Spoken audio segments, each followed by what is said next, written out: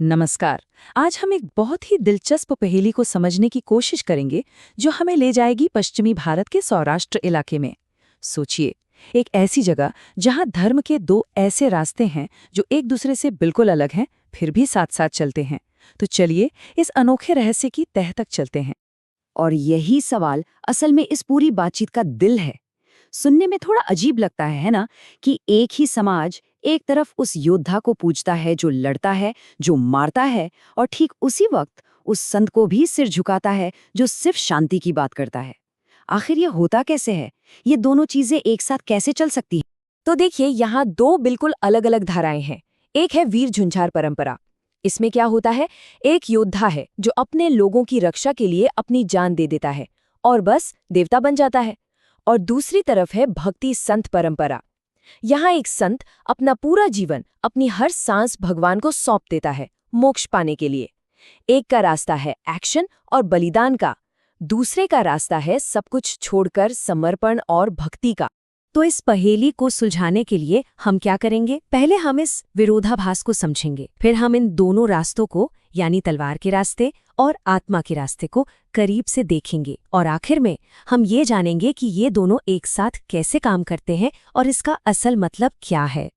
चलिए, तो सबसे पहले बात करते हैं तलवार के रास्ते की। वो रास्ता जहाँ एक्शन और बलिदान ही सब कुछ है। ये है वीर झुंझार की दुनिया। अब वीर झुंझार की बात बहुत दिलचस्प है। देखिए, उसे भगवान का दर्जा पाने के लिए कोई जिंदगी भर की तपस्या नहीं करनी पड़ती। नहीं, बस एक हीरोइक एक्ट, अपने लोगों के लिए एक बलिदान, और वो उसी पल उसी जगह पर एक देवता बन जाता है। ये आप कह सकते हैं कि एक्शन के जरिए तुरंत देवत्व पाने का रास्ता है। और इन झुंझार की पूजा कहाँ होती है? वो होती है पहाड़िया पर।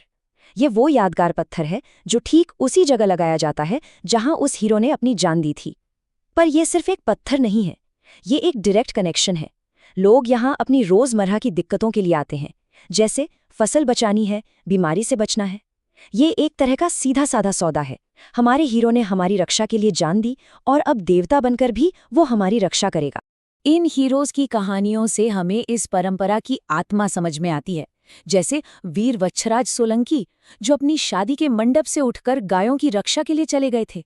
ये कर्तव्य की एक मिसाल है। या फिर वीर मांगडावालो, जिन्होंने अपने वचन की लाज रखने के लिए अपनी जान दे दी।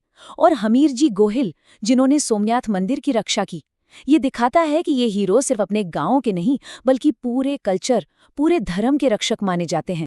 तो कुल मिला के बात यह है कि इस परंपरा में धर्म का मतलब सिर्फ प्रार्थना करना नहीं है। इसका मतलब है एक्शन लेना, सही समय पर सही काम करना, फिर चाहे उसकी कीमत अपनी जान ही क्यों ना हो। और मौत उस एक्शन को अमर बना देती है, उसे पवित्र बना देती है।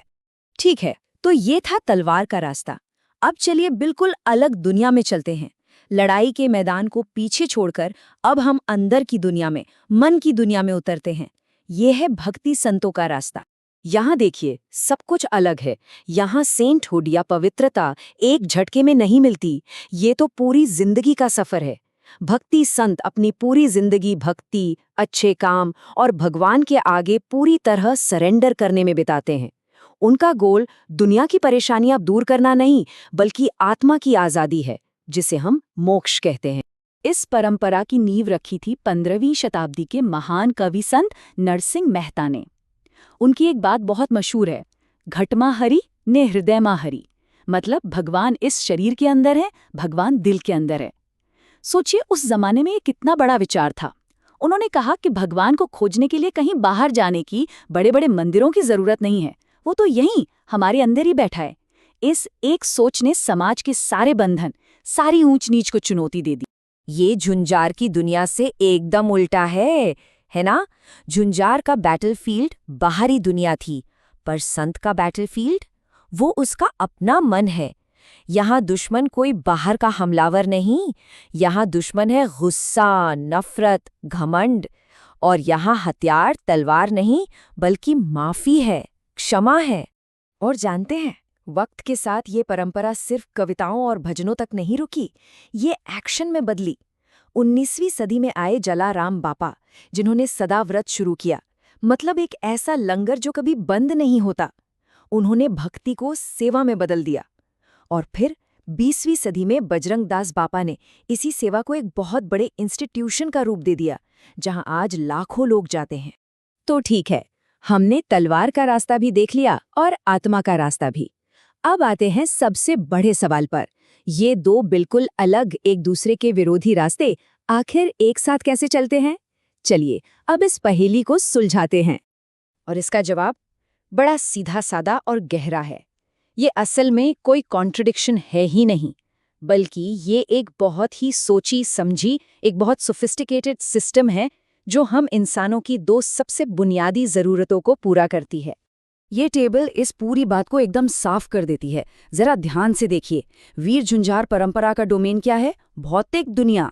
उनका काम है तुरंत फिजिकल प्रोटेक्शन देना, और उनका तरीका है एक्शन, जरूरत पड़ने पर हिंसा भी। दूसरी तरफ भक्ति संत का डोमेन क्या है? आध्यात्मिक दुनिया। उनका लक्ष्य है मन की शांति और मोक्ष, और उनका तरीका है सेवा, अहिंसा। मतलब दोनों की अपनी अपनी लेन है, अपना अपना काम करने का दायरा है। इसका मतलब ये हुआ कि समाज एक सिचुएशनल थियोलॉजी का इस्तेमाल करता है। मतलब जैसी जरूरत वैसा भगवान। जब कोई बाहरी फिजिकल खतरा सामने आता है तो लोग झुंझार को पुकारते हैं, लेकिन जब सवाल मन की शांति का हो, जिंदगी के बड़े सवालों का हो, तो वे संत की शरण में जाते हैं। है ना कमाल की व्यवस्था? तो आखिर में हम इससे क्या समझें? इसका निचोड़ क्या है? सौराष्ट्र की ये व्यवस्था हमें धर्म का एक ड्यूअल लेकिन फिर भी कंप्लीट, एक मुकम्मल रूप दिखाती है। इसे ऐसे समझिए, मान लीजिए हमारा जीवन एक बर्तन है, तो झुंझार का काम है उस बर्तन को टूटने से बचाना, उसकी बाहरी सुरक्षा करना। और संत का काम है उस बर्तन के अंदर जो कुछ है, यानी हमारी आत्मा, हमारे संस्कार, उन्हें संवारना। सोचिए, अगर बर्तन ही नहीं बचेगा तो अंदर क्या रखेंगे? और अगर बर्तन खाली है तो उसका भी क्या फायदा? दोनों एक दूसरे के बिना अधूरे हैं। तो ये एक ऐसा पूरा सिस्टम है जो मानता है कि जिंदा रहने के लिए फिजिकल सिक्योरिटी भी चाहिए और स्पिरिचुअल मीनिंग भी। ये सिस्टम उस योद्धा को भी सम्मान देता है जो मैदान की हिफाजत करता है, और उस संत की भी पूजा करता है जो दिल को पाक करता है।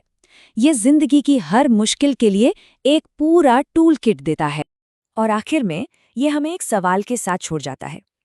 क्या हमारे आज के मॉडर्न समाज में भी कुछ ऐसे ही दिखने में कॉन्ट्रडिक्टरी वैल्यूज हैं, जो असल में एक साथ मिलकर ही हमारे समाज का बैलेंस बनाए हुए हैं?